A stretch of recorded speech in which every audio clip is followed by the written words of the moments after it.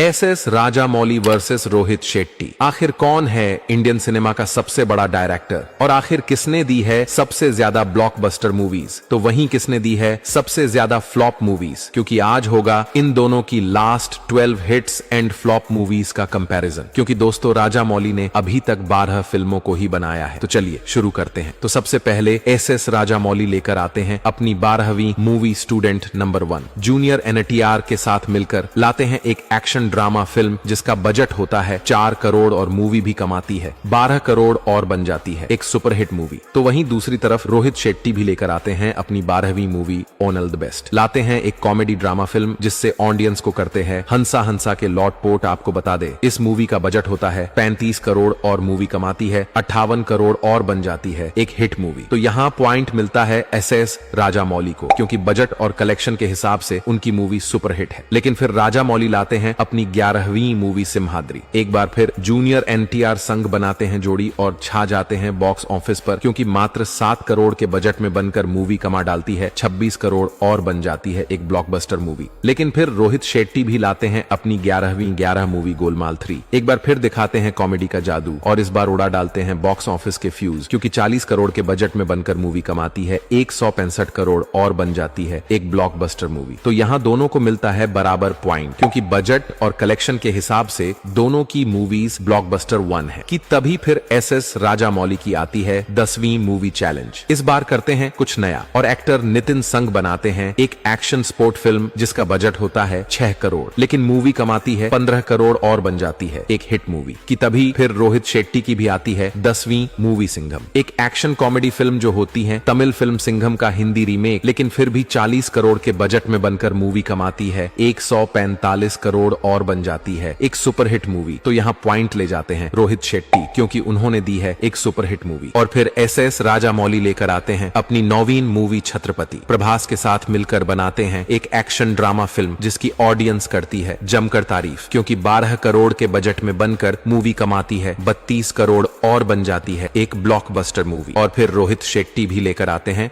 अपनी 9वीं मूवी बोल बच्चन। इस बार अजय देवगन और अभिषेक बच्चन संग मिलकर बनाते हैं एक एक्शन कॉमेडी फिल्म जो ऑडियंस को भी आती है पसंद, क्योंकि 65 करोड़ के बजट में बनकर मूवी कमाती है 165 करोड़ और बन जाती है एक सुपरहिट मूवी। तो यहाँ पॉइंट मिलता है राजामौली को, क्योंकि बजट के हिसाब से उनकी मूवी ब्लॉकबस्टर है। लेकिन फिर एसएस राजामौली लाते हैं अपनी 8वीं मूवी विक्रम कुडू। लाते हैं एक एक्शन कॉमेडी फिल्म जिसकी कहानी होती है इतनी दमदार की हर एक भाषा में बनाया जाता है इसका रीमेक। आपको बता दे इस मूवी का बजट होता है 10 करोड़ और मूवी कमाती है 30 करोड़ और बन जाती है एक ब्लॉकबस्टर मूवी। लेकिन फिर रोहित शेट्टी भी लाते हैं अपनी 8वीं मूवी चेन्नई एक्सप्रेस। इस बार शाहरुख खान के साथ मिलकर करते हैं कुछ बड़ा और तोड़ फोड़ डालते हैं बॉक्स ऑफिस के रिकॉर्ड, क्योंकि 70 करोड़ के बजट में बनाया जाता है इस एक्शन कॉमेडी फिल्म को और बॉक्स ऑफिस पर कमा डालती है 425 करोड़ और बन जाती है एक ओनल टाइम ब्लॉकबस्टर। तो यहाँ पॉइंट ले जाते हैं रोहित शेट्टी, क्योंकि उन्होंने दी है एक ओनल टाइम ब्लॉकबस्टर मूवी। कि तभी फिर गुस्से ही गुस्से राजामौली की आती है 7वीं मूवी यमडोंगा, एक एक्शन कॉमेडी फिल्म जिसका बजट होता है 14 करोड़ और मूवी कमाती है 30 करोड़ और बन जाती है एक सुपरहिट मूवी। कि तभी फिर रोहित शेट्टी की भी आती है 7वीं मूवी सिंघम रिटर्न। बनाते हैं अपनी ही मूवी सिंघम का सिक्वल और छा जाते हैं बॉक्स ऑफिस पर, क्योंकि 90 करोड़ के बजट में बनाते हैं इस मूवी को और मूवी कमाती है 220 करोड़ और बन जाती है एक ब्लॉकबस्टर मूवी। तो यहाँ पॉइंट मिलता है रोहित शेट्टी को, क्योंकि उन्होंने दी है एक ब्लॉकबस्टर मूवी। और फिर एसएस राजामौली लेकर आते हैं अपनी 6ठी मूवी मगधीरा। लाते हैं एक एक्शन फैंटेसी फिल्म जिसमें एक्टर रामचरण संग मिलकर करते हैं कमाल और मूवी को बनाते हैं 40 करोड़ के बजट में और मूवी भी कमा डालती है 150 करोड़ और बन जाती है एक ब्लॉकबस्टर मूवी। और फिर रोहित शेट्टी भी लेकर आते हैं अपनी 6ठी मूवी दिलवाले, एक एक्शन रोमांटिक फिल्म जिसमें एक बार फिर शाहरुख खान के साथ मिलकर करने की सोचते हैं कमाल धमाल और इस मूवी को बनाते हैं 165 करोड़ के बजट में और मूवी कमाती है 380 करोड़ और बन जाती है एक सुपरहिट मूवी। तो यहाँ पॉइंट ले जाते हैं राजामौली, क्योंकि बजट और कलेक्शन के हिसाब से राजामौली की मूवी ब्लॉकबस्टर है। लेकिन फिर मन ही मन खुश होकर एसएस राजामौली लाते हैं अपनी 5वीं मूवी मर्यादा रमन्ना, एक एक्शन कॉमेडी फिल्म से करते हैं इस बार एंट्री जिसका बजट होता है 12 करोड़ और मूवी कमाती है 30 करोड़ और बन जाती है एक सुपरहिट मूवी। लेकिन फिर रोहित शेट्टी भी लाते हैं अपनी 5वीं मूवी गोलमाल अगेन। लाते हैं अपनी फिल्म गोलमाल का अगला पार्ट जिसको बनाते हैं पूरे 120 करोड़ के बजट में, और मूवी भी कमाती है 310 करोड़ और बन जाती है एक सुपरहिट मूवी। तो यहाँ दोनों को मिलता है बराबर पॉइंट, क्योंकि दोनों ने दी है इस बार सुपरहिट मूवीज की। तभी फिर एसएस राजामौली की आती है चौथी मूवी मक्खी। इस बार करते हैं कुछ नया और एक मक्खी के ऊपर बना डालते हैं फिल्म जिसका बजट होता है 40 करोड़ और मूवी कमाती है 110 करोड़ और बन जाती है एक ब्लॉकबस्टर मूवी की। तभी फिर रोहित शेट्टी की भी आती है चौथी मूवी सिम्बा। रणवीर सिंह के साथ मिलकर बनाते हैं एक एक्शन कॉमेडी फिल्म जो होती है तेलुगु फिल्म टेम्पर का हिंदी रीमेक, लेकिन फिर भी 80 करोड़ के बजट में बनकर मूवी कमा डालती है 400 करोड़ और बन जाती है एक ऑल टाइम ब्लॉकबस्टर मूवी। तो यहाँ पॉइंट ले जाते हैं रोहित शेट्टी, क्योंकि उन्होंने दी है एक ऑल टाइम ब्लॉकबस्टर मूवी। और फिर एसएस राजामौली लेकर आते हैं अपनी तीसरी मूवी बाहुबली पार्ट 1, एक एक्शन फैंटेसी फिल्म लाकर रच डालते हैं इंडियन सिनेमा में नया इतिहास और छा जाते हैं बॉक्स ऑफिस पर, क्योंकि 180 करोड़ के बजट में बनाते हैं इस मूवी को और ये कमाती है 650 करोड़ और बन जाती है एक बड़ी ब्लॉकबस्टर मूवी। और फिर रोहित शेट्टी भी लेकर आते हैं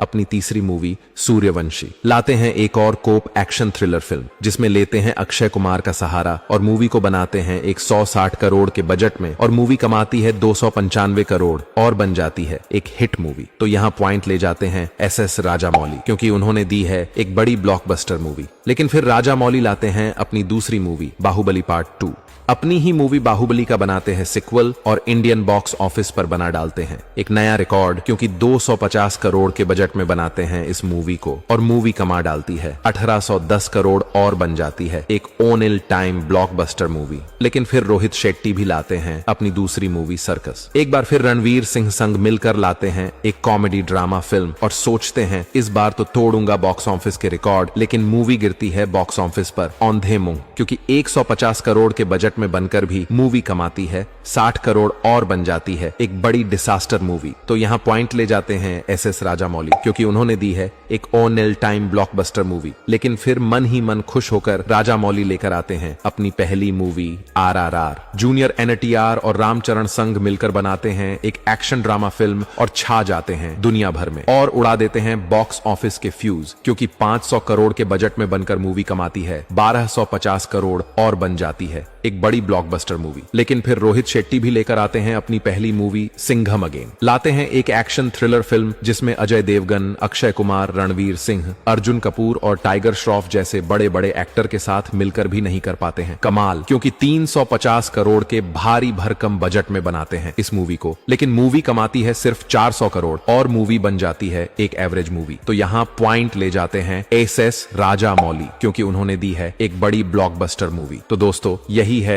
एसएस राजामौली और रोहित शेट्टी की last 12 hits and flop movies का कंपैरिजन। दोस्तों अब अगर बात करें दोनों की अपकमिंग मूवीज के बारे में, तो राजामौली की अपकमिंग मूवी है SSMB 29, तो वहीं दूसरी तरफ रोहित शेट्टी की अपकमिंग मूवी है गोलमाल 5। दोस्तों अब आप लोग ही बताओ इन दोनों में कौन है विनर और आखिर कौन है इंडियन सिनेमा का सबसे बड़ा डायरेक्टर।